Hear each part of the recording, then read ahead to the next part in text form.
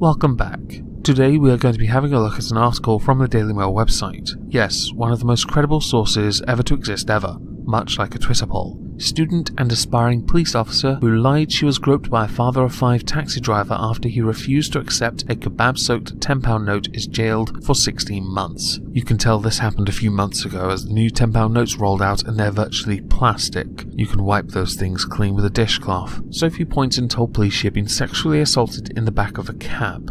Criminology student rang 999 in the early hours of April 22nd this year, I was right, then continued the deception by signing a statement giving an account of the attack. Something of interest I noticed when I read this article originally is that the name of the person who was accused has not been mentioned. To me, at first, I thought this was because finally the system had changed. Both the supposed victim and the supposed attacker retained a certain anonymity until a verdict was given. To me, that seemed like a win. But that's not the case, and the reason for that stems from the very beginning part of the video where I mentioned a kebab-soaked £10 note. When it was thrown at the man and he refused to accept it, he refused to accept it because of his strict religion. And yes, while it did touch him and he felt religiously tainted, that is a direct quote, he still refused to accept it because of that. We've seen many instances over the past few years where people have refused to touch something because of what it contains, because of their religion. People who have sued companies or the companies they work for because they refused to serve a customer who was buying an item that went against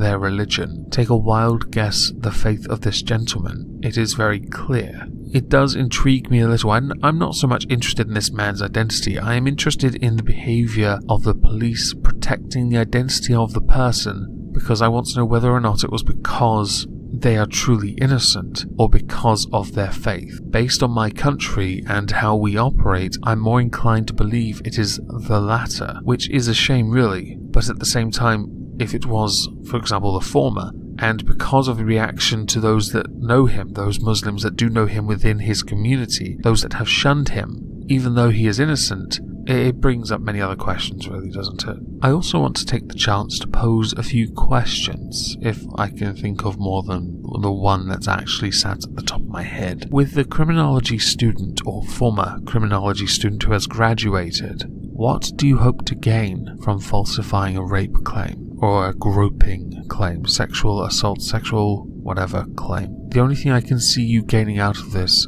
is a deeper insight into how the criminal mind works, because you're going to be spending a bit of time around other criminals like yourself, some of whom may not take nicely to you mistreating people, manipulating people, which is what a lot of people will see in you when you get into the real world. You're going to struggle to get a job. The man you accused struggled for 4 weeks, maybe longer, because of the damage you did. His reputation is going to take years to fix. And this is one of the problems I take with people who accuse others of rape, or accuse anyone of committing a crime. You are innocent until proven guilty, and yet the way people treat people who are accused of certain crimes are heinous. It's almost like they're guilty until proven innocent, but even when proven innocent, they're still treated with a level of suspicion that makes it very difficult for them to exist. The damage you've done to this man, this innocent man, is astonishing. False rape claims, they could almost be considered